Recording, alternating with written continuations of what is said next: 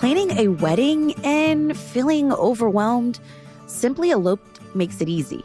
With over 1,400 elopements and vow renewals planned and 37 stunning U.S. destinations, our planners have you covered. Our all-inclusive packages connect you with over 700 top-tier vendors, cutting stress, cost, and complexity. Your love story deserves ease. Let us handle the hard stuff. You just show up and say, I do. Start at simplyeloped.com.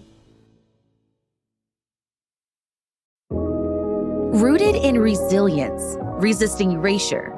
In collaboration with 8 Indigenous curators, the Penn Museum's new Native North America Gallery opens Saturday, November 22nd, and everyone's invited. Explore powerful stories of self-determination by Indigenous peoples, despite attempts to erase their identities, cultures, and languages. Join us for all-day festivities with performances, activities for all ages, and interactive galleries.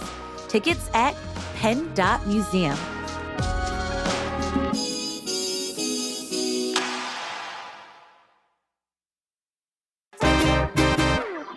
Do you have family or friends coming in for the holidays soon? Do they need a place to stay that isn't your couch in the living room? Well, fortunately, we're seeing a boom in boutique hotels around the city. So today, we're revisiting my conversation with co-owners Scott Yesner and Wendell Holland of the Gas Lamp Hotel in Old City about how staying overnight in the city is changing and what travelers really want. It's Tuesday, November 18th. I'm Trenae Nuri, and here's where out-of-town guests want to stay in Philly.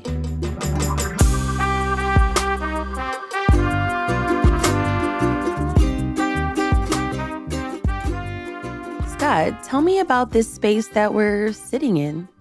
So right now we're sitting in the Speakeasy Lounge in the basement of the hotel.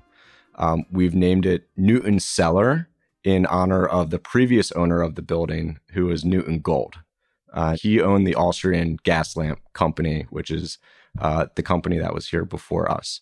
So we really envision this space as a speakeasy lounge, somewhere where people can come after a meal out in the city, relax, a couple beverages, hang out with their friends, and just a place that's private, that's vibey, that really sets the mood and gives them a good feeling right before they hit the hay. And Wendell, you're also a partner. So tell me about your role here. I'm one of the owners of the Gas Lamp Hotel. A lot of people know me because I was on the CBS show Survivor, season 36 Ghost Island. And after that, I did a bunch of design and build shows on HGTV. And most recently, I was the build host on Extreme Makeover Home Edition on ABC. And I think with my background in design, I was able to really help and bring in the right designers to put this magical space together, to bring the right finishes and the right wallpapers and textiles and whatnot together. A good friend of mine, Abby Shapansky, came in and did her thing with the designs in here. So I want to credit her. She worked on Hot Mess House with me on HGTV. And so my role in this is to kind of get the word out. I can speak on camera. I can shoot videos for the hotel. And I'm part of the design side of this space. If you go up the stairs, there's like this really beautiful courtyard where you also host events, right? Yeah, that's our outdoor space. I did build some of the things out there. So I built the trellis out there, some of the benches and planters and whatnot, the fence. And yeah, that's a space that we want to kind of have in addition to Newton's Cellar or Speakeasy. We want to have the option for people to go outside, enjoy the space. They can have a coffee out there. They can have an event out there. So that is kind of not an overflow, but just an additional space that we have that we're offering our clients, our guests and whatnot. Yeah, for example, earlier in April, we had an engagement party that rented the space, and they brought in outside catering, they brought in tables, they made it look really, really nice. They had a DJ there. So they had a great 3-course dinner that was prepared for them on site, and half of them ended up staying at the hotel afterwards. So it's a really cool, unique experience where you can have your event and then also stay in the rooms right afterward. What are travelers or folks that are coming into your space looking for? Is it just to stay? Is it for the speakeasy? Is it for the historical elements of this space? Like, what are they looking for? I think there's so much to that. I mean, regarding boutique hotels, they're popping right now. They're like, people love going to a hotel that's not your traditional big hotel, like a Marriott. People love going to something unique with unique spaces, something that could be Instagrammable or TikTokable, if that's even a word, somewhere that you can go and have like a unique experience. And with each one of our rooms, we have areas that you can take photos in, areas that you can make memories in, every nook in this place. Come down here. You know, you can see we have these wonderful spaces and nooks. So when we think about what we offer, it's a unique experience. You come through this sexy alleyway. You don't know what you're walking into. And if you zoom it out a little bit, what we're seeing is traveler preferences are starting to change. So How so? the older generation of travelers, they were really looking for consistency and predictability. They know they can go into a Marriott or a Hilton in any state, wherever, even in any country, and it's going to be relatively the same. That's what made them feel safe and secure. This new generation of travelers who are constantly bombarded by different visuals on Instagram and TikTok reels, hundreds of TikTok reels a day, they're looking for more novelty and something with character. And they're looking for something with a story to be told. And they want to be a part of that story. And that's really where these boutique hotels come in, where they can immerse themselves in the story that hotel is trying to portray. And they get away from the, generic everyday experience that they would get at, a big name hotel chain. So yeah, this boutique hotel renaissance in Philadelphia really started about 5 to 7 years ago. We started seeing some of these smaller hotels opening up. You have the Morris House Hotel, you have the Dwight D Hotel in Rittenhouse. And from that point moving forward, we've seen a couple other iterations coming in, like the Local Hotel in Fishtown and in Old City. Then you had the Guild House opening up. And as these Airbnb regulations started getting more and more enforced, there was more and more of a need for these niche buildings that could house travelers.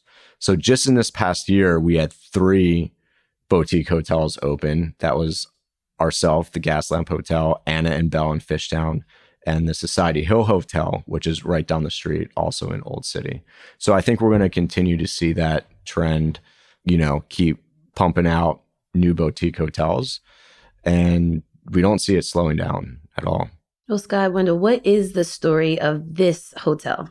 Yeah, that's a great question. So before it was the Gaslamp Hotel, it was being operated as the Austrian Gas Lamp Company, which is exactly what it sounds like. They were selling and fixing gas lamps.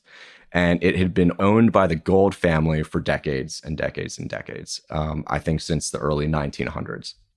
So we were one of the first ones to come in and have an idea for what to do with it after. The owner was getting old and wanted to shut down the business. So we came in and said, look, this is the perfect place for a boutique hotel. Old City needs this. Old City's having a revitalization. There's lots of things happening, and we think now is prime time to do it. And we really wanted to pay homage to Newton Gold and the legacy that he had here. So that's where we came up with the Gas Lamp name, in honor of him and all the work that he's done at the property.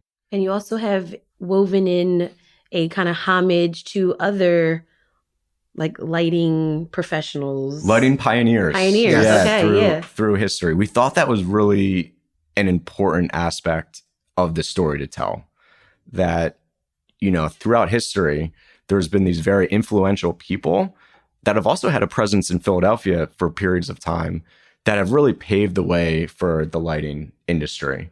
So we thought that was a really cool and unique way to name the rooms. We only have 5 rooms here, so we didn't want to just say 1, 2, 3, 4, 5. We wanted to give them some kind of personality. We also we wanted to lean in because this was the Austrian gas lamp company. We wanted to lean in with actual lighting in this space. So I've been a builder on many shows on HGTV, on ABC, and one of the designers that I worked with, her name's Abby Shapansky. She thought it would be a great idea to bring in cool light fixtures to the different rooms. So when you go in each of our rooms, you'll see like a different chandelier, and we even were able to salvage some lights from what's the hotel? The Gramercy Park Hotel in New York City. Yep. We went up there and we were able to find some cool lights. These are accordion style lights that we put over every bed. So that's one way we were able to, stay true to this original gas lamp hotel. And if you walk up our stairs, you'll see various photos of different lighting, or even we have Newt and his son in a photo as you go up to the third floor. So we just wanted to really stay true to the history. And another way we did that was by preserving some of the old walls. And even on the first floor and through, you might see in some of the bathrooms, we have cutouts in our drywall so that you can see the original, whether it's the wallpaper or the plaster or something like that. So it was very important for us to just stay true to the history. We are in Old City. We're in this historic district, steps away from everything. Lots of history of the country is right here. So we felt that very important. And the fact that we're in this old building, but we're trying to, revitalize it. We really see ourselves as a new chapter in this building. We're not rewriting the book. We're just a new chapter in the evolution of this building that is a part of this incredible neighborhood of Old City. All right, let's keep talking about this after the break.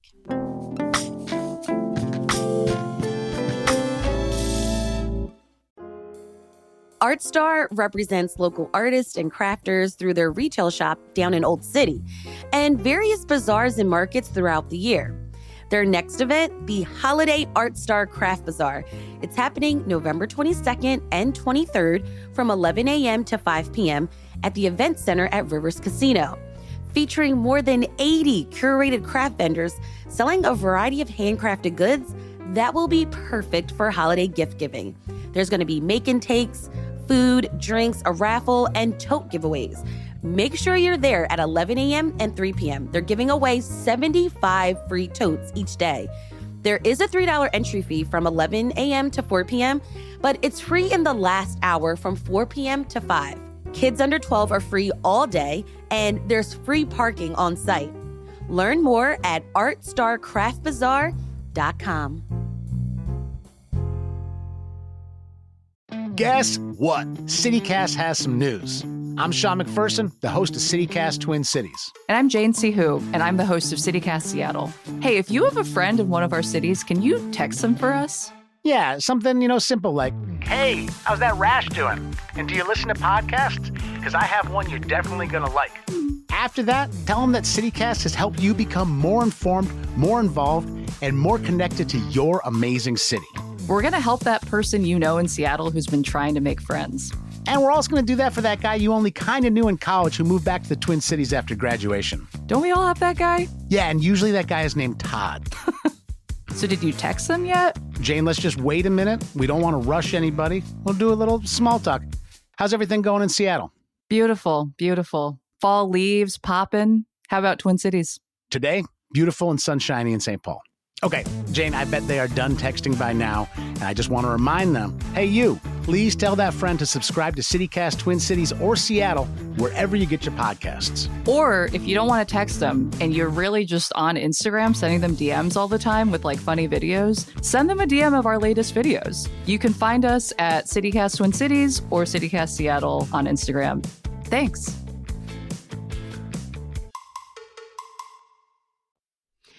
As you were describing all of the details that you all have added, it sounds expensive. It wasn't cheap. It was not. So what is the business pitch? Why even open something like this? From an opportunity standpoint, we can go to recent Airbnb regulations that the city evoked a few years ago, which, before then, Airbnb was kind of like the wild, wild west in Philadelphia. Anyone could put up a unit or a home and rent it out on Airbnb. But the city cracked down on that. And, they took out Airbnb listings pretty much overnight. So that created an incredible opportunity for buildings that are zoned appropriately for short-term rentals, Airbnb, which this one was. So that to us was a huge opportunity to come in and fill that gap that had been created by those regulations. This is a place where if I traveled to a city and I can find a hotel like this, I would rent this whole hotel out with my friends. Oh, that'd be cool. Yeah. That's one thing we want to do. Yeah. That's one thing. That's one part of our market.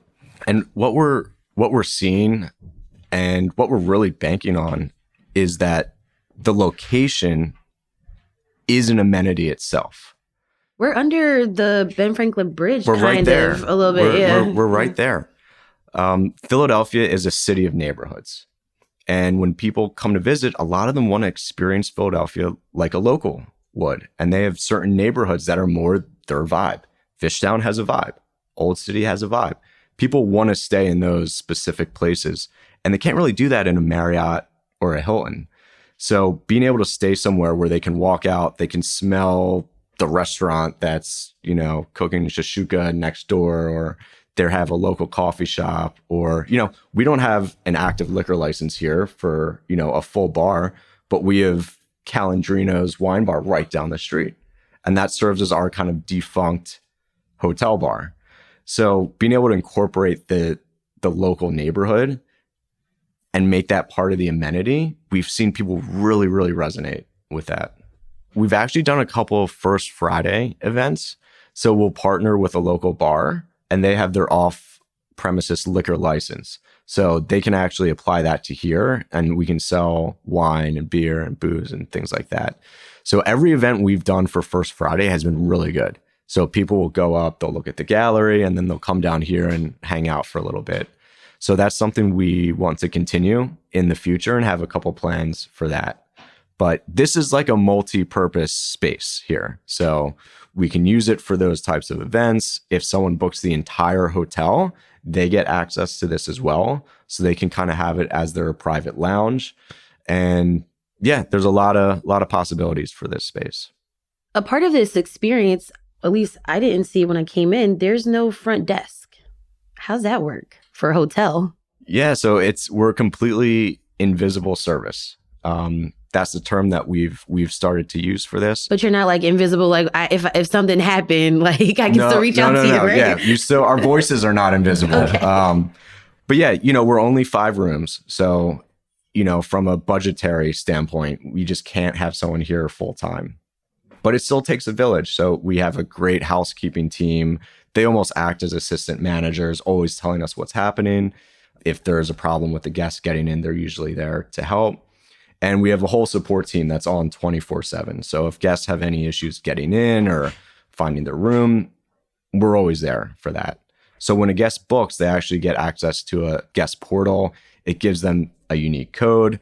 We did a bunch of video series with Wendell showing them, hey, this is how you access the room. This is how you use the coffee maker. This is how you do X, Y, and Z.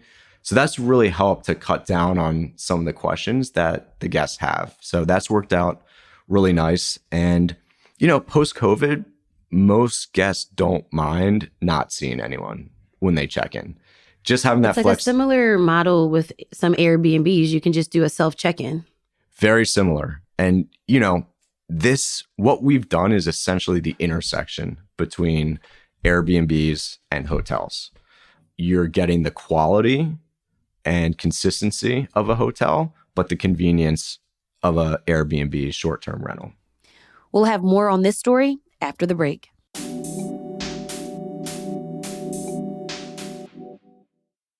Now, you were talking about just like kind of the policy landscape of the city and how to do short-term rentals. What's the landscape in Philly? Do you feel like you're competing with Airbnbs? Do you feel like you're competing with those big chain hotels? Is there more growth for boutique hotels in the city, do you feel? Yeah, I think we're competing with both. And, it's all about finding a way to stand out from everyone else out there. And I think we've done a really good job of doing that. And I think most of the boutique hotels in this city have also done a very good job. You have Anna and Belle in Fishtown. They have an incredible pool. They have an incredible restaurant there. That immediately makes them stand out from any other Airbnb or hotel. Here at the Gas Lamp, we have the location, we have the courtyard, we have the speakeasy. It's just things you're not going to find at an Airbnb or any other hotel in the city. So we found that it's been relatively easy for us to stand out from the crowd. Now, do guests ask for recommendations? Yeah, we're always getting recommendations on where to eat, where to get a cup of coffee, where to grab a drink. But these are all things that we actually already have in our guest app. So when they book and they get access to that, we have a whole list of restaurants that we recommend that we've all personally been to. That was Okay, really so I want to know, favorite restaurant around here? Well, I love Tuna Bar right here. everyone loves Tuna Bar. Yeah, that's my absolute favorite. Yeah, Cafe Olé right down the street. We always recommend for breakfast or for a quick coffee. I actually have their iced coffee with me right now. Calandrino's Wine Bar is phenomenal. And yeah, there's a bunch of others that we've suggested, and people seem to really appreciate that. And then there's also, I like Fringe Bar too.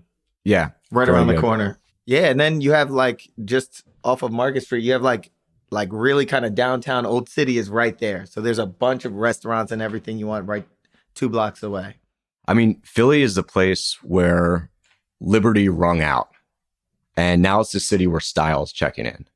And people are really embracing this renaissance of boutique hotels here. They're declaring their independence from these big chain Marriotts and Hiltons and really embracing this next wave of travel experiences. So it's really exciting to be a part of that. Well said. He's got the lines. Right, I was like, I wait, might have can prepared. I use that I in might my have intro? prepared that one. One thing I did want to add is like just because we are right here, we are so close to so much history.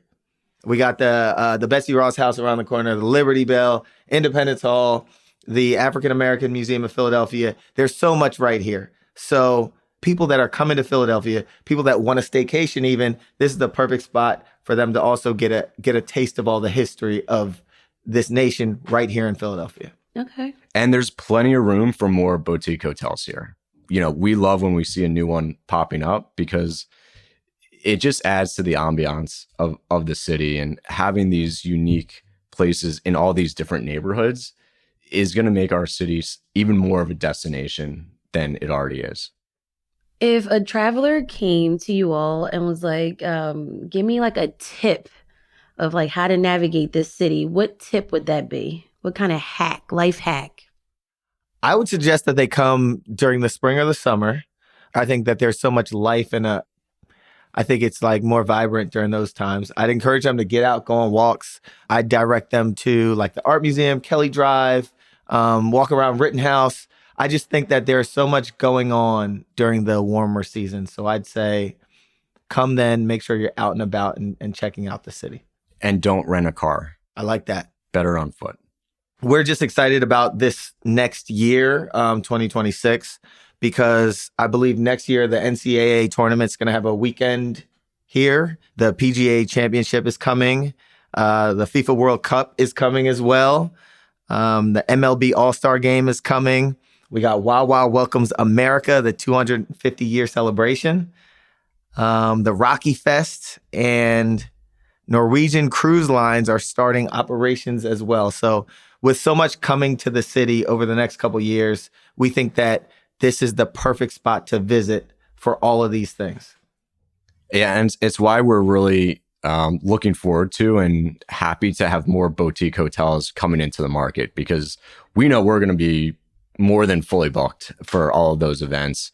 And I know all of my short-term rental properties that I manage are going to be fully booked.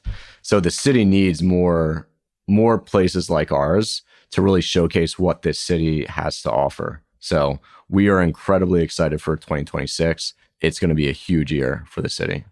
Any issues keep you up at night? What doesn't keep me up at night? But yeah, in the beginning, because we are invisible service, I'm always checking to make sure the guests are getting in okay, that the locks are working correctly, that everyone is behaving themselves. It can be tricky. The other weekend we had someone who rented the room, and at 1:00 in the morning, they couldn't get back in. And they were clearly a little bit intoxicated, and we were really trying hard to work with them, and they just couldn't figure it out. And they were quite aggressive with our staff. And after about an hour of dealing with this, we figured out that they were actually at the wrong property. They were about a block away. So we eventually got them to the right place, and they got in, and were super apologetic the next day. But it's hospitality, so you're going to deal with interesting things like that. And I have plenty of stories for you for another day. All right, that's the show, everybody. In addition to the Gaslamp Hotel, I wanted to shout out some other boutique hotels in the city that you or your visitors might want to check out. There's Society Hill and Yowie in Queen Village. Hotel Anna and Belle is in Fishtown, and River Suites is on the Delaware River. The Gayborhood has Guild House Hotel, and Morris House Hotel is by Washington Square Park. Over in Rittenhouse, you've got the Dwight D. Hotel and the Franklin, and in West Philly and Aquaba is a bed and breakfast. Happy travels.